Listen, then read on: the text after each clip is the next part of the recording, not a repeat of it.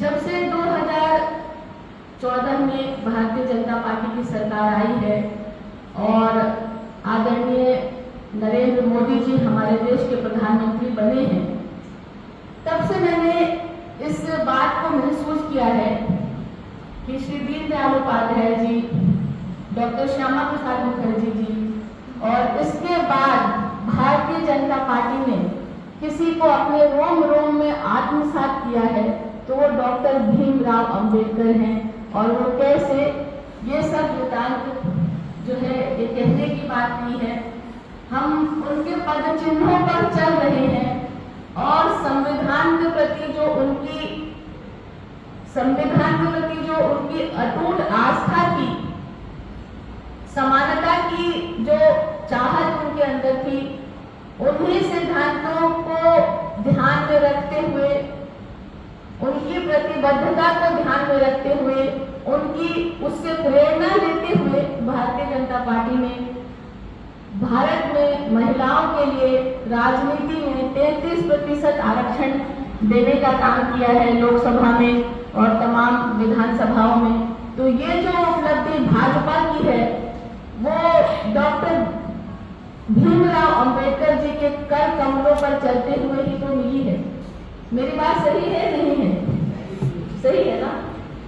तो सच्ची श्रद्धांजलि भारतीय जनता पार्टी ने ही दी, क्योंकि डॉक्टर भीमराव अंबेडकर समानता के पुजारी थे। वो चाहते थे कि भारत ऐसा ही समृद्ध बने जहां भेदभाव न हो। तो महिलाओं के प्रति अगर कोई भेदभाव हो रहा था, तमाम सरकारों में चर्चा हुई थी, लेकिन कर किसने दिखाया? कर दिखाया हमारी भारतीय जनता पार्टी की सरकार ने और हमारे देश के मुखिया ने। तो इसके लिए मैं इस अवसर पर उनका विशेष धन्यवाद और आभार व्यक्त करती हूँ। और किसी की जन्म जयंती पर इससे अच्छी और क्या भेंट हो सकती है जो उनके सपनों को हमने साकार कर दिखाया है।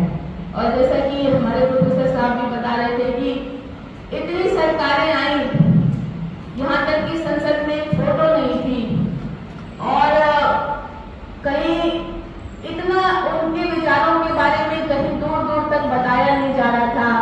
वो क्या कुछ सोचते थे, ये सब कुछ जनता तक पहुंचाया नहीं जा रहा था। तो हमने तो हर बरस कई कार्यक्रम डॉक्टर अंबेडकर के लिए हम आयोजित करते हैं, इसलिए कि जन जागरण हो और उनका जो मैसेज है वो दूर दूर तक पहुंचे और आने वाली पीढ़ियां, जो नौजवान पीढ़ियां हैं, जो बच्चियां बैठी हैं, ये भी समझ सके, प्रैक्टिकली सीख सके कि हाँ डॉक्टर भीमराव अंबेडकर क्या सोचते थे और क्या दिशा उन्होंने दी।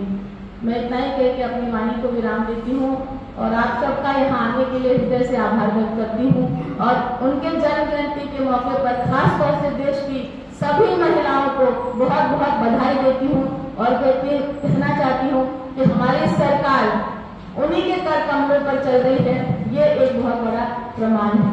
धन्यवाद।